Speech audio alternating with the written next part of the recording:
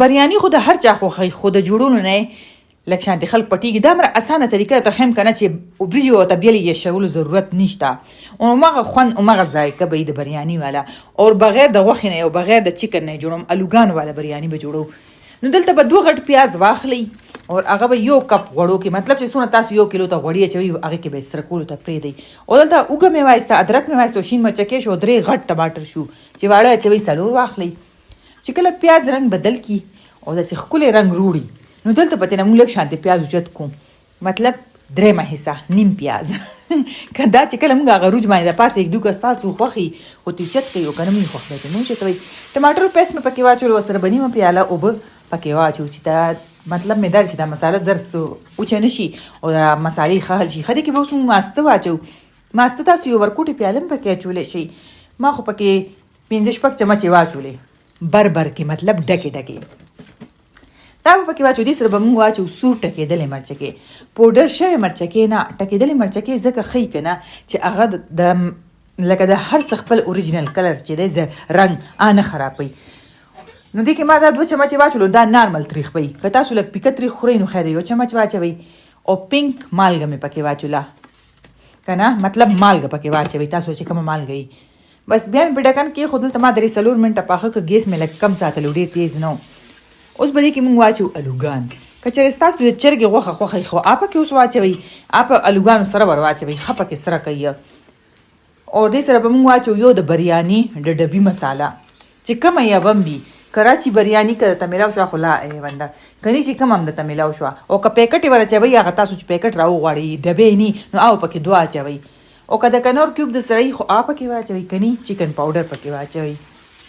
ما پکې چکن پاوډر واچولو ځکه چې ما پکې د چرګې غوښه نه ده اچولې. زه درته بیا وایم که چېرته تاسو چکن کې جوړوئ نو هغه عام صحیح ده، دغه شانتې طریقه یې ده. دلته پکې لکه الوګانو سره به چرګې غوښه پکې واچوئ. او که نه پکې جوړوئ چرګې والا لکه ساده الوګان، د الوګانو طریقه ځکه زه ښیم چې خلکو یې تر وختې غوښې پخې. چې کله د الوګان پکې 3-4 منټه سره شو دې مساله کې ما پکې لږ اومه اچولې وې نو بیا مې د وریجو په حساب باندې دوګنه اوبه ور واچولې. دا مې املي خوشته کړې وې، د هغې اوبه مې ور واچولې، املي اوبه. او که تاسو سره اوچه خوباني وي مطلب مندوته خرمانې پکې واچوئ تروشه یوه.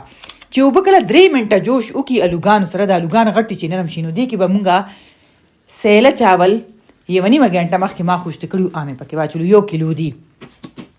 تاسو که باسمتي پکې اچوئ هغه هم صحیح ده. باسمتي نه سوري بناسپتي زمانه نامونه ایسته کوئ. څوک وایي چې باسمتي وي، زه خو وایم بناسپتي وي. چې داسې نه ووایم نو ستاسو کمنټ به ماله څنګه کېږي. ښه مالګه یې چک کوئ بیا، ځکه چې د پیکټ کې خپله مالګه وي. مالګه به یې چک کړي چې مالګه یې A1 وي، سیټ وي نو اوکې شوه. چې نه یې خو ور واچوئ مالګه، مرچکې هم ور اچولی شي. ښه په تیز ګیس به یې پخوئ. د وریجو به دوګنه اوبه اچوئ، 2 ګینه. ښه چې کله دا داسې موږ دم ته ایږدو نو موږ وایو چې دا روجه کلکه ده. کلکه نه په دم کې به نرمېږي.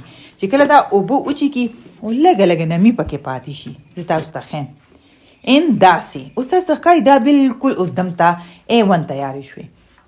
الو یې نرم شوی دی، ولې چې ما الو یوازې خوراک یخني کې اوبو کې 3 منټه خوټ کولی و. د پاسه پرې واچوئ دنیا، پودینه، شنه مرچکي، نیمبو، هغه پیاز چې مونږ وباسلی و هغه په واچولو، سور شوی پیاز، ځکه چې دا د بریاني چالاکیانې دي چې ما باندې دا هر څه واچوي چې مزیدار شم. بیا خلکو بریاني خوند کوي. ولې به خوند نه کوي چې دونه خرچې پې کېږي؟ خرچې مطلب محنت پې کېږي زمونږ. بیا پې واچو د زردې کلر، د وریجو والا زیړ کلر سي، هغه به 1 چونډې راوچت کې یو ځای کې واچوي، 1 چونډې په بل ځای کې واچوي، 1 چونډې په بل ځای کې واچوي. ما خو 3 ځایونو کې اچولو، تاسو 4-5 ځایونو کې واچوئ چې کلر یې لږ ښکلی سټرانګ راشي، زبردست راشي. نو بس دلته کې به وله اوس ورکو دم. او د لاندې به پترې خامخا ایږدئ د دې دغه کني تبخې ورته کېدئ. او نه ګیس به نرۍ کړئ. دلته تیز ښکاري چې داسې په تیز ګیس یې پرې نه وي. 3 منټو کې به د وریجو کار شوي بلکل نرۍ چې څومره نرۍ کېدی شي. اوور کوئ یو 15 نه 20 منټ دم سره چې دا وریجې ده. او چې کله د ګیس مړم کوي که نه 15-20 منټ زر یې مه خلاصوئ زما غوندې. ما خو داسې زر خلاصه که ولې چې راته وایي چې واچو دا کشر خان نه دی، دا مې اډو پرېږدي نه ګنه. ما چې د ده د غم نه خالي شم نو مزیداره بریاني شوه تیاره. چې کله ما دا تیاره کړه که نه ما پخه که ما دې ته داسې نه وي چې دا ما په نوې طریقه پخ کړی. چې کله مې راوایسته اوس دی خوري نو ما دې نه تپوس وکړو. ما یې ورګه ووټینګ به اخلم. ما تل څنګه ده دا څه دي، دا کمې وریجې دي؟ داسې راته وکتو، ویې ولې کمې وریجې دي؟ خو بریاني ده که نه؟ ما ویل اوکې مم ذایقه یې څنګه ده؟ وی A1 ده. ذایقه چې څنګه ته پخې هغه شانتې ده. مل ښه د څه شي کمي ده پکې؟ وی د څه شي نه ده؟ وی د چرګې د غوښې کمي ده. ما وخندل. ما ورته ویل دقه مې دې نه اورېدل غوښتله. او دا یو نه 2-3 کسانو نه مې دغه ووټونه واغسته چې کم په وریجو کې شوقین دي او په وریجو کې دلچسپي لري او پوهېږي.